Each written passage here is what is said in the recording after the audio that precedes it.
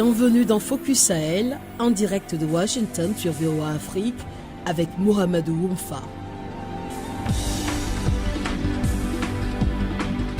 Bonsoir à toutes et à tous, bienvenue dans Focus Sahel, l'émission qui vous offre une perspective unique sur la région. Chaque semaine, nous explorons les nombreuses facettes de la vie au Sahel.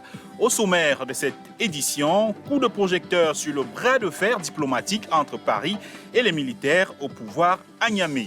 Vendredi, la junte, dirigée par le général Abderrahmane Tiani, a donné 48 heures à l'ambassadeur de France, Sylvain Ité, pour quitter le Niger. Refus net de Paris qui estime que les putschistes n'ont pas autorité pour une telle requête. À suivre, le reportage de notre correspondant à Niamey qui a couvert les manifestations des Nigériens demandant le départ de l'ambassadeur. Notre invité analysera les enjeux de ce bras de fer diplomatique à la lumière des codes et de la pratique diplomatique. Nous vous amènerons ensuite à l'extrême nord du Cameroun pour parler des rapports entre éleveurs, pêcheurs et agriculteurs, des rapports souvent conflictuels du fait de l'accès à l'eau. Des humanitaires tentent de désamorcer les tensions en construisant des points d'eau et des abreuvoirs. Le fait marquant de la semaine, c'est la mort d'Evgeny Prigojine, le chef du groupe paramilitaire russe Wagner. Une disparition qui pourrait modifier les schémas de la lutte antiterroriste dans certains pays du Sahel. À suivre enfin le reportage de notre correspondant au Burkina Faso. Il nous parlera des activités d'un jeune Burkinabé qui offre des formations en entrepreneuriat à ses compatriotes. Merci de vous joindre à nous pour ce voyage de découverte et d'information dans le Sahel.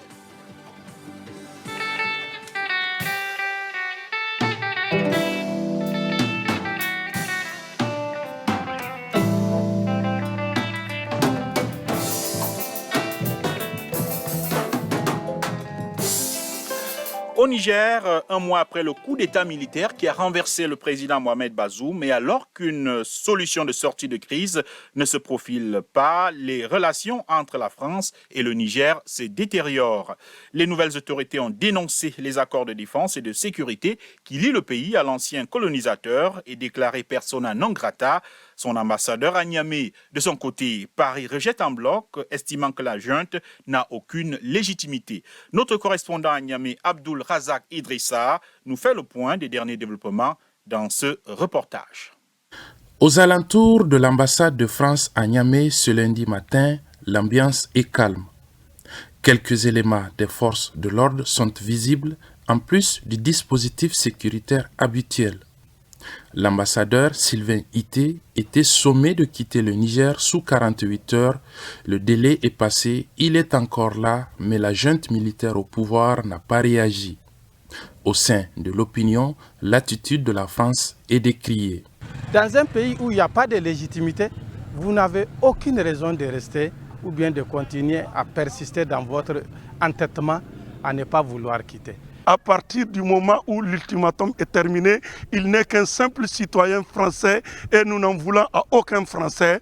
Il peut vivre sa vie ici, mais pas en tant qu'ambassadeur. Et le pouvoir, les autorités sont capables de lui démontrer cela et le peuple est capable de lui démontrer cela. Il ne peut même pas oser donc faire des actes qui relèvent de son statut ou de son ancien statut d'ambassadeur. Le week-end dernier, à l'occasion de manifestations de soutien au Conseil national pour la sauvegarde de la patrie, cette question du départ de l'ambassadeur et même des troupes françaises établies à Niamey ont encore été évoquées par des manifestants. Les accords qui ont été dénoncés par les nouvelles autorités prennent fin à partir du 2. À partir du 2, nous allons créer les conditions pour les faire partir et ils vont partir. De gré ou de force, ils vont partir parce qu'ils ne sont pas chez eux. Nous ne voudrons pas de leur présence et il va falloir qu'ils rentrent chez eux et nous allons nous battre et nous donner les moyens de les déguerpir sur la terre de nos ancêtres. Le président français Emmanuel Macron a réaffirmé lundi lors de la conférence des ambassadeurs français accrédités dans le monde le soutien de la France au président déchu Mohamed Bazoum et aux actions diplomatiques et militaires envisagées par la CEDEAO pour la résolution de cette crise politique nigérienne. Au Niger en ce moment même, et je salue votre collègue et vos collègues qui nous écoutent depuis leur poste, vous avez rappelé que être diplomate est un engagement parfois risqué, qui suppose l'esprit de responsabilité que vous avez toujours démontré dans ces situations difficiles, comme les années précédentes nous avions eu à le vivre en Afghanistan ou ailleurs.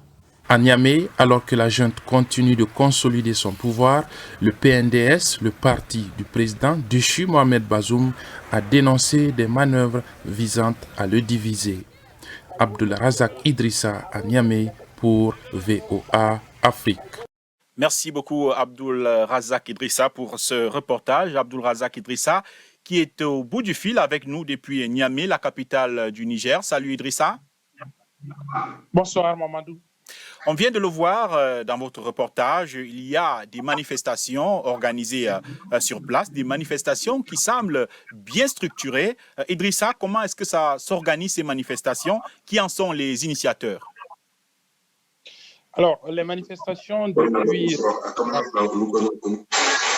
qui semblent bien structurées. Abdul Razak Idrissa, on va vous prier de baisser le volume autour de vous parce qu'il y a des échos là. Alors, je vous le disais, Idrissa, on a vu dans le reportage des Nigériens bien organisés, bien structurés pour manifester contre la France et l'ambassadeur Sylvain Ité. Comment s'organisent ces manifestations et qui en sont les initiateurs? Alors, ces manifestations, depuis le 26 juillet dernier, sont organisées à l'appel de plusieurs organisations de la société civile, mais aussi à l'initiative de plusieurs mouvements qui se sont créés spontanément, des mouvements dits de soutien aux nouvelles autorités, les autorités du CNSP.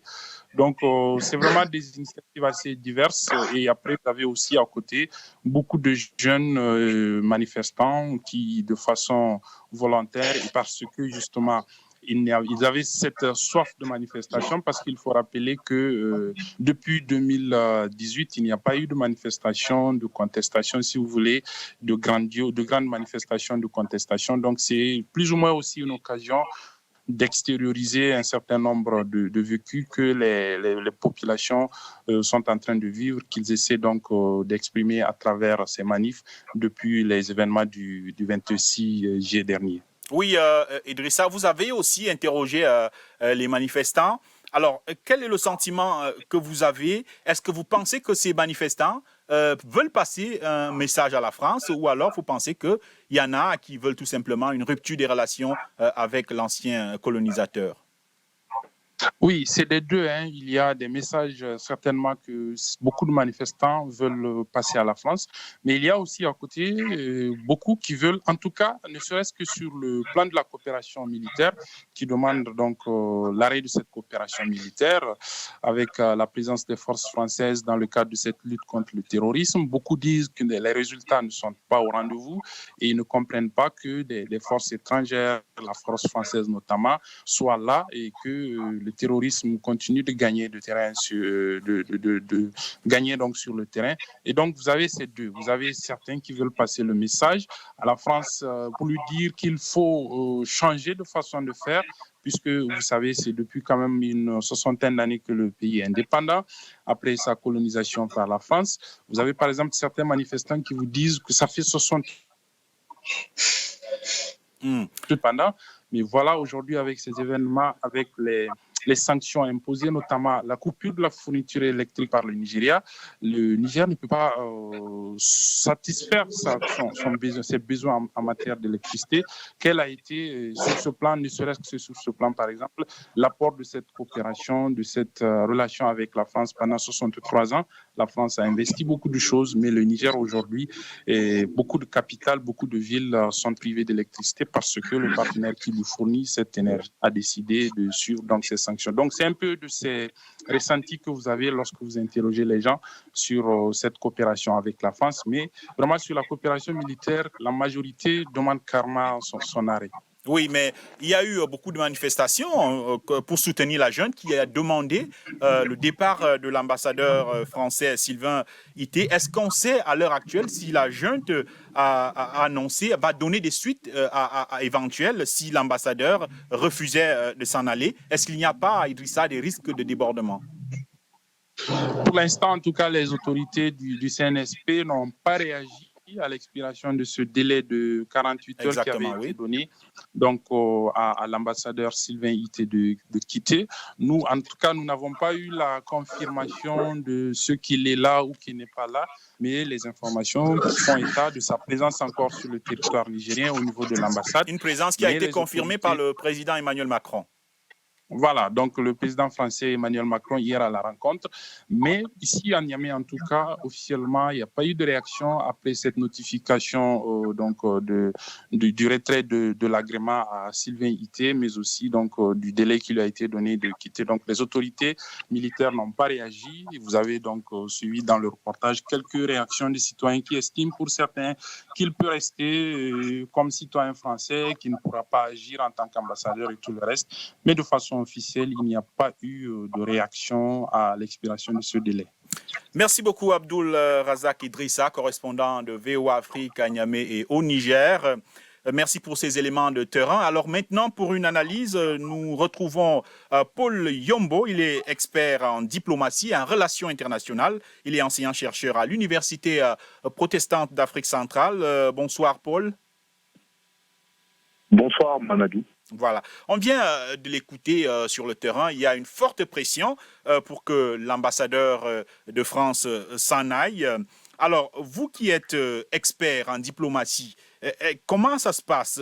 Quelles sont les lois et les conventions nationales et internationales qui gouvernent l'accréditation, l'établissement d'un diplomate dans un pays comme c'est le cas au Niger en ce moment? Eh bien, de façon générale, c'est la Convention de Vienne de 1961 sur les relations diplomatiques et consulaires qui encadre les relations bilatérales, les accords de siège entre un pays, un autre pays ou un pays et une organisation internationale. Il y a 3 dimensions qui peuvent nous éclairer sur la situation présente. La première chose, c'est que la Convention de Vienne de 61 accorde aux diplomates, à l'agent diplomatique, l'immunité diplomatique. Et l'immunité diplomatique confère à son détenteur la protection de la loi criminelle domestique du pays. C'est-à-dire que la personne du diplomate ne peut pas être incriminée ou arrêtée en principe. La deuxième dimension de la Convention de Vienne qui est pertinente, c'est le concept d'extraterritorialité, qui est une fiction diplomatique qui voudrait que les prémices, le territoire de la mission diplomatique et du domicile du diplomate soient considérés comme faisant partie de son pays d'origine. Et donc, en vertu du concept d'extraterritorialité, qui est aujourd'hui appliqué plutôt de manière large que stricto sensu, les prémices d'une ambassade ne peuvent pas être pénétrées sans l'autorisation de l'ambassadeur ou la troisième dimension, c'est bien sûr que les diplomates ont une protection, la protection de leurs biens. Ils ne peuvent pas être taxés ou imposés et sont donc, à l'abri du fait de payer les impôts et les taxes du pays hôte. Alors, Paul Yombo, vous venez donc de dresser le cadre légal qui permet à l'ambassadeur de France d'être au Niger. Maintenant, la situation sur le terrain impose une autre analyse. Il y a des putschistes qui sont au pouvoir à Niamey et qui ont demandé à l'ambassadeur de quitter le pays. Et quelle analyse vous faites de cette situation et que pensez-vous de cette sanction? Eh bien, si on peut ergoter sur la légitimité du régime aujourd'hui présent à Niamey, ce qui reste définitif, c'est qu'ils ont le pouvoir de facto. Et en tant que détenteur de facto du pouvoir au Niger, il est extrêmement difficile pour la France de faire le bras de fer avec les autorités nigériennes au Niger. Et donc, on s'imagine très difficilement qu'un ambassadeur qui est supposé représenter la France auprès des autorités nigériennes reste sur le territoire à la part, au mépris du fait que ce régime ait déclaré cet ambassadeur persona non grata. Donc c'est une situation qui ne relève pas tellement d'enjeux spécifiques, mais plus des questions symboliques. La France qui a déjà été chassée du Burkina Faso, qui a déjà été expulsée au Mali, dont les forces Barkhane et les arbres ont déjà été expulsés de cette zone-là, veut quelque part garder une présence sur cet espace de l'Afrique pour symboliquement marquer ce qu'on appelle sa profondeur géostratégique, étant donné que la France, ayant été plus ou moins expulsée du Moyen-Orient au début des années 2000, n'a plus que cet espace-là en Afrique comme marqueur de sa projection internationale en tant que puissance militaire. Alors, Paul Yombo, quelles seraient les conséquences si l'ambassadeur de France décide tout de même de rester sur le territoire? On l'a vu hier, le président Emmanuel Macron a dit que l'ambassadeur ne quitterait pas le territoire nigérien. Quelles seraient les conséquences d'un point de vue politique et diplomatique et sur le travail de l'ambassadeur et de l'ambassade de manière générale? Eh bien, je pourrais reprendre en 3 points. Premièrement, au regard de la Convention de Vienne, je l'ai cité plus tôt, qui organise les relations diplomatiques, au terme de l'article 9, s'il décide de rester sur le territoire, malgré le fait qu'il a été déclaré persona non grata, il perd son immunité diplomatique. Et là, il devient un citoyen français ordinaire qui est, disons, en situation d'irrégularité. Et donc là, les autorités nigériennes seraient bien fondées de l'expulser manu militari du territoire. Ça, c'est la première chose. La deuxième chose, c'est que du point de vue politique, il est difficile d'imaginer que le représentant de l'État français auprès de l'État du Niger, et on voit déjà la situation réciproque, parce que l'ambassadeur du Niger en France, les autorités lui ont retiré son accréditation, elle a rejeté cela, et les autorités françaises la soutiennent dans ça. Donc il y a une forme de cacophonie qui s'installe, on ne comprend pas bien qui représente qui, auprès de qui, pour faire quoi. Et cette situation s'enlise à fur et à mesure que le régime en place au Niger reste en place et que l'opération projetée de la CEDEAO se voit, disons, devient de plus en plus incertain. Le régime se solidifie, a de plus en plus de soutien en interne et, disons, les atermoiements de l'Union africaine ne vont pas dans le sens du départ du régime. Donc, certainement, la France va revenir à des meilleurs sentiments et obéir aux injonctions de la junte nigérienne. Je ne vois pas une autre alternative. Oui. Alors, pour finir rapidement, Paul, en 1 minute, quelle est la frontière qu'il y a entre le refus de l'ambassadeur de partir et une éventuelle rupture diplomatique entre le Niger et la France? Bon. Ce qu'il faut dire, c'est que l'expulsion de l'ambassadeur et des diplomates qui travaillent à la mission française au Niger peut s'assimiler à une rupture des relations diplomatiques. En vérité, le niveau d'animosité et de violence qu'ont atteint le discours à la fois du régime de la junte au pouvoir au Niger et de l'autre côté des autorités diplomatiques et politiques françaises, on est bien au-delà de l'escarmouche diplomatique. Mais pour qu'il y ait rupture des relations diplomatiques, il faut non seulement que l'une des deux parties dénonce l'accord du siège qui a créé l'établissement des relations diplomatiques entre les deux pays. Cet acte n'a pas encore été posé formellement, mais du point de vue matériel et opérationnel, il est difficile que ces deux puissances-là, ces deux pays, continuent à entretenir des relations.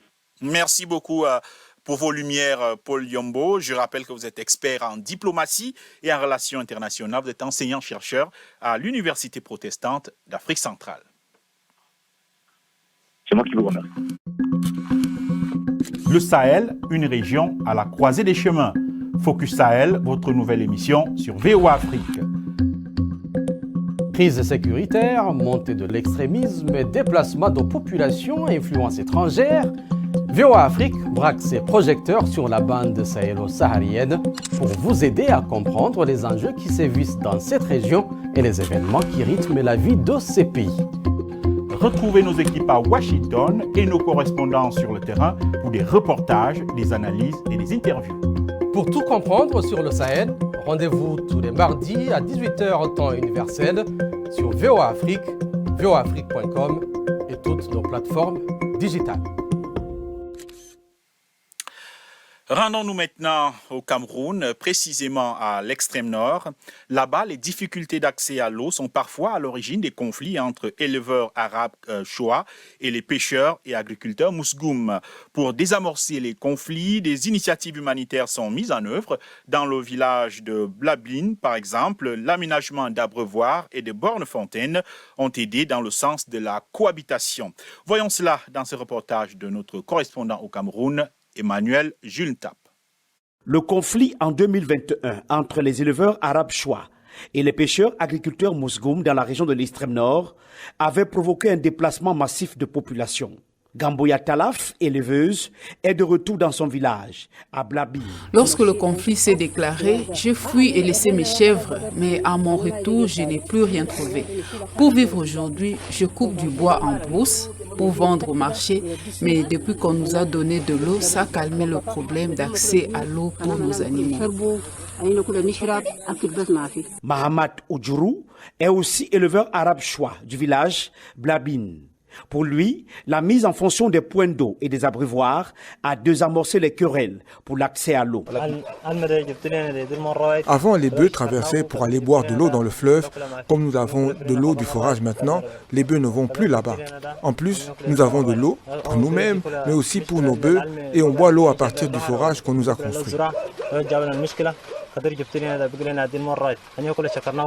Un jeune Mousgoum sous anonymat témoigne que les abreuvoirs construits par la Croix-Rouge internationale sont une source d'apaisement du conflit. Les Mousgoums ont creusé leur trou et les Arabes disent que leur élevage, il entre au bord pour faire boire les bœufs. Les Mousgoums disent que non, ça c'est notre petit métier. On mange là-bas et les bœufs là commencent. Les feux qui ont fait de l'eau dans leur camp là-bas, qui descendent avec leurs bœufs. Plusieurs abreuvoirs et bornes-fontaines pour les éleveurs et les agriculteurs ont été aménagés par la Croix-Rouge dans le cadre du projet de réhabilitation du système d'alimentation et de distribution en eau potable. Jérémy Jousselin, coordinateur eau et habitat de la Croix-Rouge internationale au Cameroun. Pour l'instant, c'est vrai qu'on peut dire que c'est un succès, mais il reste encore énormément à faire sur ce projet qui, avec aussi un volet sur lequel on a travaillé, c'est le volet en fait de construction de bornes fontaines communautaires pour que même les populations les plus vulnérables, et je pense notamment aux personnes déplacées suite aux problèmes d'insécurité dans la zone, puissent bénéficier d'une eau en quantité et d'une eau de qualité. Donc des difficultés d'accès à l'eau potable qui sont atténuées, je dirais, et qui vont permettre, je l'espère, aux populations de développer économiquement parlant. En août et décembre 2021, un conflit dans la région de l'extrême nord avait fait une 60aine de morts et selon le HCR, quelques 27 000 réfugiés camerounais sont toujours présents sur le sol tchadien. Yaoundé, Emmanuel Jultap, VOA Afrique.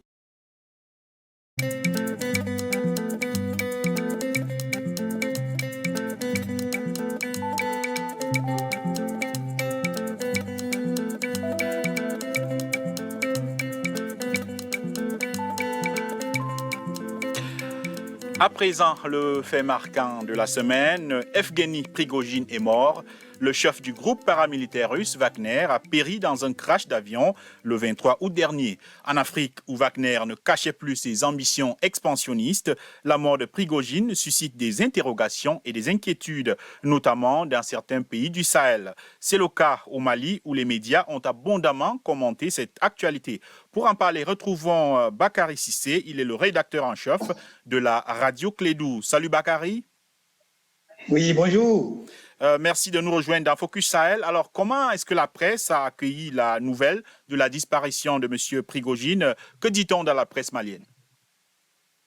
Bon, d'une manière générale, vous le savez, ici officiellement, les autorités de transition ne reconnaissent pas donc le groupe Wagner, mais parlent ici plutôt d'instructeurs russes.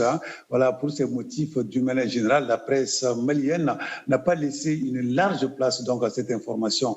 Mais il faut reconnaître donc l'onde de choc également a été senti. Certains confrères se sont interrogés sur l'avenir de cette société après la disparition, vous l'avez dit tantôt, tragique de son patron. fabrication, et d'autres trouvent que la société en question, étant une fabrication du président Poutine, il trouvera très bientôt donc le remplaçant de Prigojine. Dans les cas contraires, donc la société va tout simplement disparaître. Voilà, donc là, c'est ça quoi. Donc d'une manière générale, la presse malienne n'a pas vraiment travaillé sur ce dossier-là dans la mesure où les autorités maliennes ne reconnaissent pas vraiment cette société Wagner. Oui, vous dites que les autorités maliennes ne reconnaissent pas la société Wagner. Il se trouve quand même que les relations entre la Russie et le Mali se sont affermies ces derniers temps. Alors, quel est le sentiment de la population par rapport à la relation entre la Russie et le Mali? Qu'attendent exactement les Maliens de ce pays? Oui, les Maliens, en tout cas, attendent beaucoup de cette coopération. Donc, l'entente veut être cordiale entre les deux pays cette fois-ci. Dans un discours, on se rappelle du ministre des Affaires étrangères et de la coopération internationale, il disait, je cite, « Chaque fois que le Mali a été dans des situations difficiles depuis notre indépendance, la Russie a toujours été avec nous. » Donc, cet amour de la Russie envers le Mali a gagné le cœur de nombreux Maliens aujourd'hui, et il s'est accentué lorsque son homologue russe même a dit, je cite également, des équipements, des munitions, des armements et la formation des officiers maliens pour que Bamako puisse se défendre efficacement contre le terrorisme. Contre le terrorisme, donc, tout effectivement. cela vraiment a gagné le cœur des Maliens. Voilà. Le terrorisme, effectivement. Donc tout cela a gagné le cœur des Maliens, raison pour laquelle les Maliens quand même Très bien. accueillent avec bras ouverts. Merci beaucoup. Bakary Cissé, vous êtes le rédacteur en chef de la radio Clédou, une station partenaire de VOA Afrique. À présent, la note positive de cette édition, on se rend au Burkina Faso, c'est la dernière étape de notre voyage au Sahel. Là-bas, des jeunes arrivent à faire bouger les lignes malgré le contexte sécuritaire et humanitaire difficile. Parmi eux, Afizé Ouedraogo, un jeune qui impacte la société à travers des formations en entrepreneuriat. De nombreux apprenants se disent satisfaits de collaborer avec ce jeune qui a participé en 2022 au YALI, le Young African Leaders Initiative, une initiative du département d'État américain. De Ouagadougou, la correspondance de Lamine Traoré. Nous sommes ici dans une des séances de formation de Hafiz Ouedraogo. Il a été sollicité par une banque de la place pour l'administrer. Il a 32 ans. Beaucoup d'entrepreneurs ne connaissent pas leurs clients. Et cela fait une dizaine d'années que ce diplômé en maintenance industrielle s'adonne à la formation de jeunes entrepreneurs. Hafiz est réputé et apprécié dans ce qu'il fait. C'est un jeune dynamique, c'est un jeune talentueux, c'est quelqu'un qui a de l'ambition, qui veut vraiment donner un plus à l'entrepreneuriat. Moi, personnellement, j'ai une idée de projet. Donc, avec les échanges, nous arrivons à mieux comprendre comment bien structurer notre projet. Ça va nous permettre d'être demain de grands entrepreneurs. Je peux dire que M. Hafiz Ouedraogo est un jeune qui impacte beaucoup la jeunesse à travers tout ce qu'il fait. De l'autre côté de la ville, le quartier s'appelle Somgandé. Hafiz vient d'arriver dans un de ses bureaux. Ici, vous êtes au sein de l'association Koura, où je suis moi-même membre, ancien président de l'association Koura, aujourd'hui membre du conseil supérieur de cette association-là. Ça fait depuis 2017 que je suis membre de l'association. C'est une association qui contribue beaucoup à l'amélioration du climat des affaires, surtout pour la jeunesse. À la question de savoir qu'est-ce qui le motive tant, Hafiz répond. Grosso modo aussi, c'est de pouvoir pour moi contribuer aussi au développement de mon pays. Donc, parce que former les hommes, avoir des hommes de qualité, c'est ça aussi qui fait la valeur d'un pays. Burkina Faso aussi n'est pas ce qu'on dirait entre guillemets un terrain favorable, mais c'est un terrain aussi où on peut tout créer. Des acquis, ce jeune pense avoir engrangé. On a eu à travailler avec BF1 sur le projet Pépite d'entreprise dans lequel aujourd'hui je suis jury toujours depuis la première édition. Donc il y a pas mal d'actions dans l'écosystème entrepreneurial aussi que j'ai pu en tout cas faire. Mais la donne sécuritaire ne favorise pas les activités du jeune Hafiz. Cependant, il peut bien s'adapter. On peut bien développer une activité à Ouaga, on peut bien développer une activité à Bobo parce que c'est accessible. Mais lorsqu'on a vu aussi que ceux de Fada, on a vu aussi que ceux de Diapaga, on a vu aussi que ceux d'autres villes qui sont touchées par ces questions de terrorisme puissent avoir accès à ces services que nous offrons parce que nous sommes évidemment sûrs que le besoin est là. Et nous aussi, en tant qu'entrepreneurs aussi, c'est de pouvoir en fait réfléchir à comment tout le temps contribuer aussi. Ce jeune est l'un des collaborateurs de Hafiz. Ici, les deux parlent d'un de leurs derniers projets. Il a beaucoup d'estime pour son collaborateur. Il arrive véritablement à impacter et à transformer un peu l'environnement entrepreneurial, socio-économique au niveau même des jeunes. Hafiz a participé au Yali Mandela Washington Fellowship en 2022. Une belle expérience selon lui qui a permis de voir les différents challenges auxquels les pays africains sont confrontés. Hafiz croit en l'avenir de son pays, mais surtout en ses potentialités. Il croit aussi en son continent. Lamine Traoré pour VOA Afrique, Ouagadougou. C'est avec ce reportage de Lamine Traoré que nous mettons un terme à cette autre édition de Focus Sahel. Merci à tous nos invités qui ont participé à travers leurs expertises, leurs points de vue. Merci également à nos correspondants qui nous ont envoyé des nouvelles fraîches du Sahel. Mohamedou Oumfa à ce micro, Georges-Léonard Sagno assurait la mise en onde et Trésor Matondo assurait la production de cette émission qui était diffusée évidemment sur la page Facebook de VOA Afrique. Nous vous remercions d'avoir écouté et regardé Focus Sahel. À très bientôt sur VOA Afrique. Au revoir.